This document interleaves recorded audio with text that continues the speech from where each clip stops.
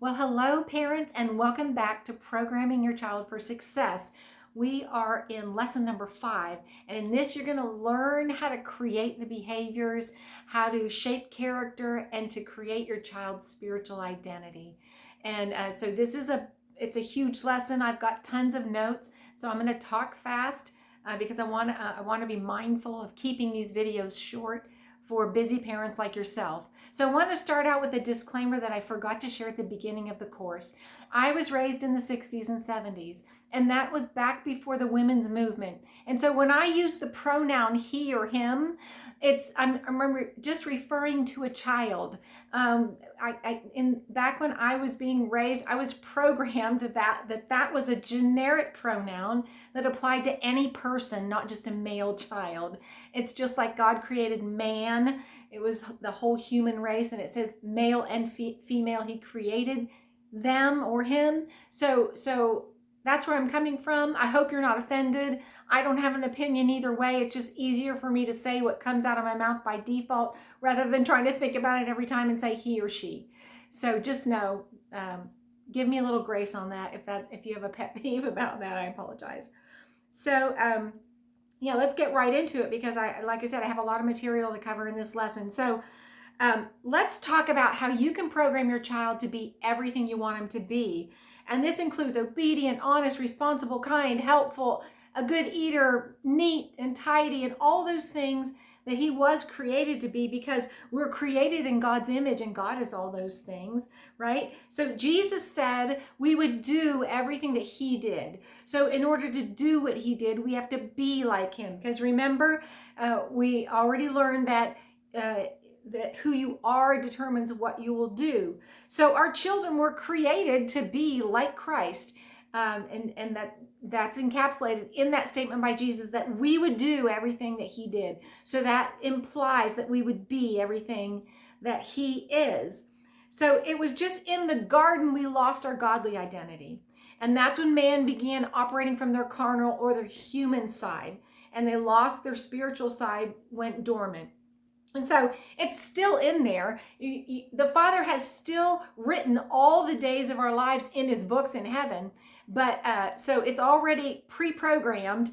We just have to reawaken it, okay? But it's an exciting and powerful thing that we can actually do this for our children, to reawaken their true identity, their spiritual nature.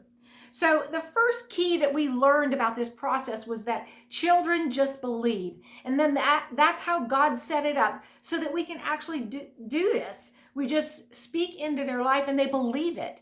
And that's because of our position in their life and how they're wired. So if you tell a child that he's kind, helpful, responsible, neat, he'll be all those things because you're telling him that's who he is. And so he naturally behaves out of who he believes he is.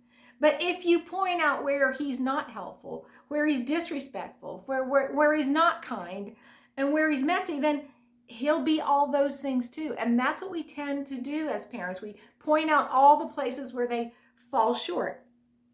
So if you tell him you always leave your things on the floor, he's a picky eater, he's got his days and nights mixed up, they're going to be all those things too. So we have to be really careful about watching our words, because remember, kids are like wet cement, and whether you know it or not, whether you're intentional about it or not, you are pouring that foundation that will harden and become the foundation for their entire life. Okay? Now, here's where I always reiterate the no condemnation rule, because this is where parents start feeling like, oh my gosh, I've done those things. I've ruined my kids. No, you haven't. Remember the trip analogy? If you're on the wrong path, you just get back on the right path. And here's the cool thing. Another cool thing about kids is that they're super flexible, they're super adaptable, and they're very malleable. They respond so quickly when you start speaking life and identity into them. So don't worry about the past. That's just condemnation when we focus on things that have already happened and we judge them as whether we did a good job or not. So let's just move forward on a good path. So remember, it's already written in heaven.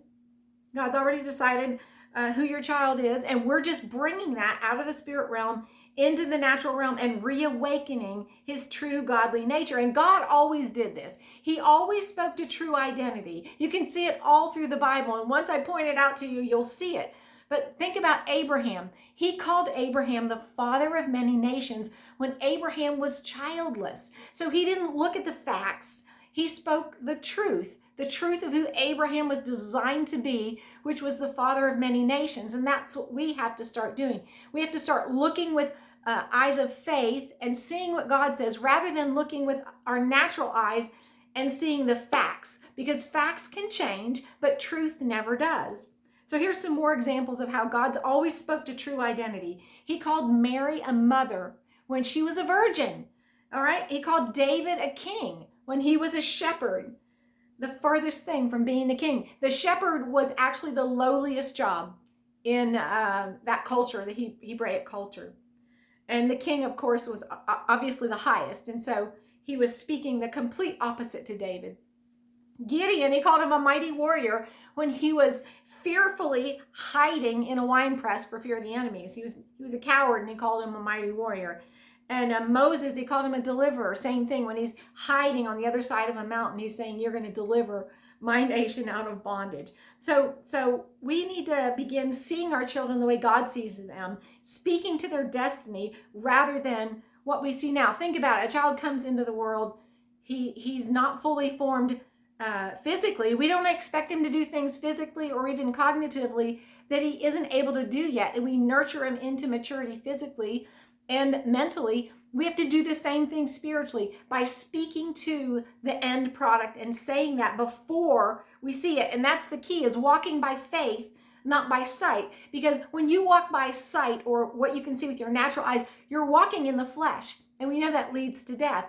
And like I said, those are facts that can change. But when we walk by faith or in the spirit, what does the scripture say? That our faith is actually the substance of those things that we hope for. So when we speak into our children's lives in faith, we're actually creating the substance or the person that we want them to be. So it's very powerful when you start understanding this. So our faith plus our words or actions create the results that we want. You know, there's a passage in Hebrews that talks about the Israelites when they were in the desert, that they heard the word, but it didn't profit them because they didn't mix it with faith. So our kids can hear our words, but if our heart isn't in it, if we don't really believe it, then it's not going to have the same results. And James tells us a similar thing, with faith without works is dead. So what we have to do is marry those two together, but be encouraged, because it only takes a mustard seed of faith to get this thing started. Remember, I talked about the cycle of the seeds and the fruit, and every time it gains momentum. So let me give you some examples of how this works in real life. So when I started learning this stuff with my last child, my 8th child. I'd already had 7 children. And so like I said, you're getting a huge jump on the game by my experience and all this revelation the Lord has given me to start off on the right foot, because I certainly didn't myself. But when my youngest son was born, he has Down syndrome, and he would sleep for hours on end, and he wouldn't wake up to eat. And literally I could hear his stomach growling while he was sleeping, and he would just keep on sleeping. Well, I thought it was great, right? A baby that will sleep 8, 10, sometimes 12 hours at a stretch. But the doctor said he wasn't gaining enough weight. So I was charged with waking him up every 2 hours and feeding him. Well, I was breastfeeding. And as you know, you cannot force, you can take a bottle and shove it in a baby's mouth, and the milk will start flowing and they'll kind of gag and have to swallow it. But when you're breastfeeding, you can't really do that. And so the baby has to latch on, it has to, begin to nurse to get the milk to come out. And so, and I was determined to, as best as I could, to breastfeed him, because I knew that he really needed this and it would be the best thing for him. No condemnation if you bottle feed your kids. Anyway, so after about 2 nights of trying to wake him up every 2 hours and getting him to latch on and trying to get him to nurse, I was a wreck. And I literally was at my wit's end, because I was not one of these moms that could just wake up in the night and be chipper and feed the baby and be all there. I always kind of fell back to sleep while I was nursing my kids in the middle of the night. So anyway, so here I am, and I'm just at my wit's end. After 2 nights of this, I was just frazzled. I was like, and so I I mean, you remember I had 7 older kids that I was taking care of during the day as well as this newborn special needs baby. So I'm like, Lord, what am I going to do? And I literally just cried out to the Lord. And immediately I heard him speak to me in my heart say, tell him he's a good eater. And I was like, what? And I had no idea, no clue about this stuff. I don't know, maybe I'd heard some things here and there about speaking things that are not as if they are. And I probably had. I'd been in church for a little while. I was a fairly new believer, but I guess I'd been a believer for about 8 years at that point, 9 years. So I probably heard the concept of speaking things that are not as if they are. And I thought, okay, well, I'll try that. Maybe eventually it'll work. And so I looked at him and I have this snoozing baby in my arms and I say, Jonathan, you're such a good eater. And literally it came out of my mouth even weaker than that, because I was seeing with my natural eyes this child was not a good eater. and so my flesh didn't really believe it. So it came out of my mouth more like a question the first time I said it.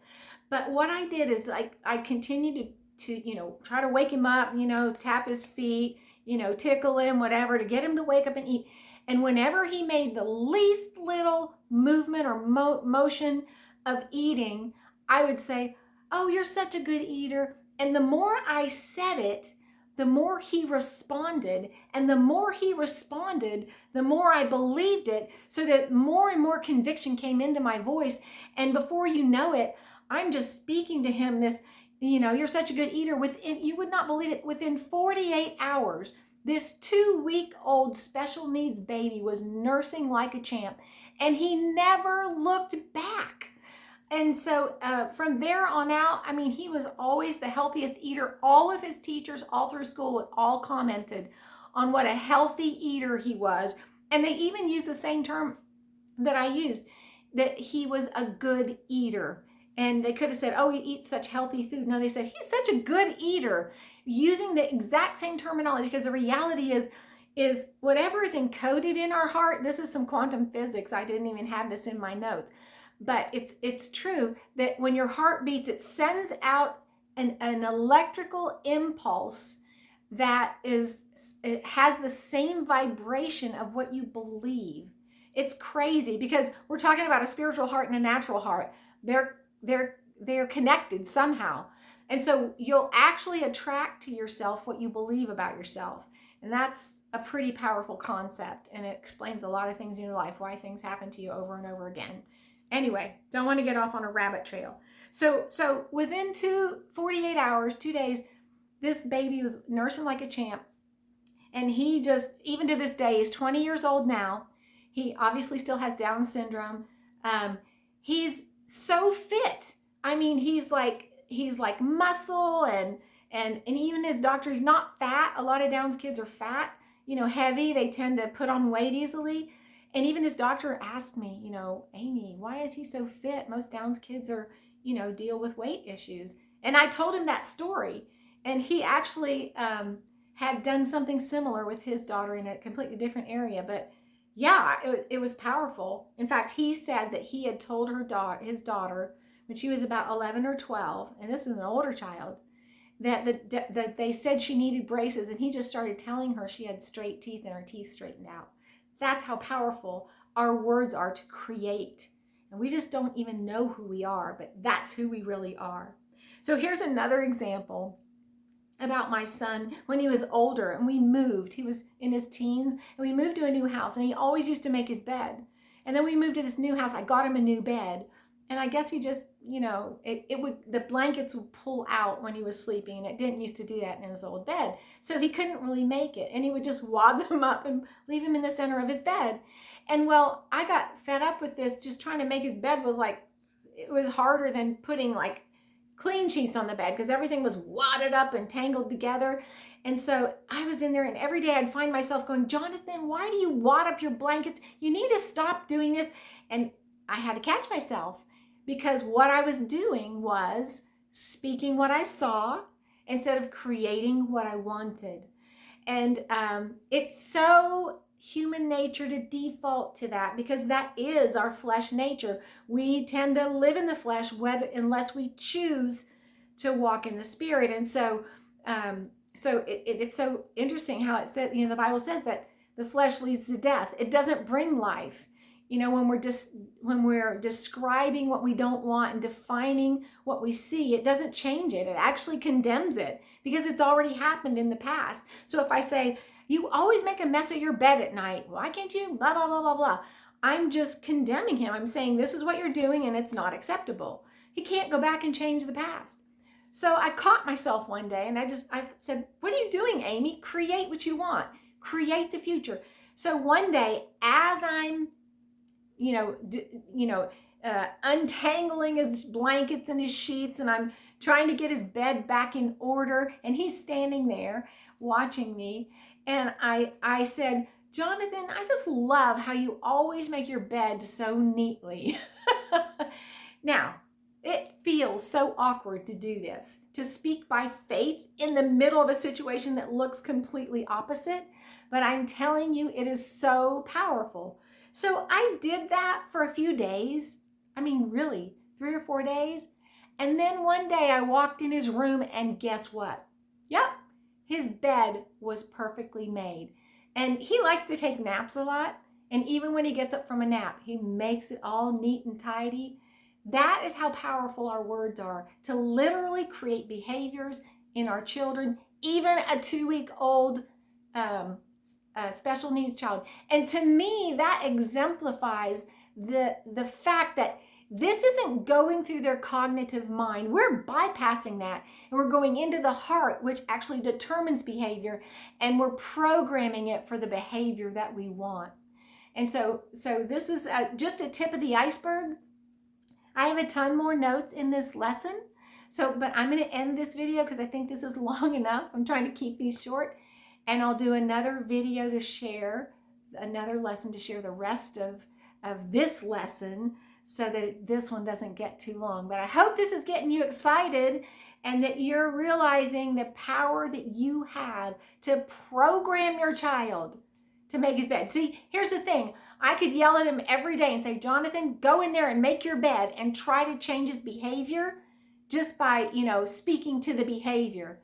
And I'd have to do that from now until eternity. It would frustrate him. He'd feel bad because I'm telling him every day he's not measuring up. And that's what happens when we address behavior and we define and we tell our kids it's not acceptable. They begin to feel like they're failures and they can never please us. And but instead I spoke to his heart, and I just thanked him. Thank you for always making your bed. I love how you always make your bed every day, so neat and tidy. It looks so beautiful. I was telling him who he really was. Now that might seem like a minor thing, a bed, but again, if we're created in God's image, our environment will be in order. Our God is a God of order. So it's not a small thing. Every little thing about your child is written in God's books. Doesn't the scripture say that he even knows the number of hairs on our head? So yeah, there's nothing excluded from this. You literally, as a parent, shape your child's entire life with this principle and this concept of writing on his heart. All right, so I will see you in the next video, and we will finish this lesson on how to program your child for success. I'll see you there.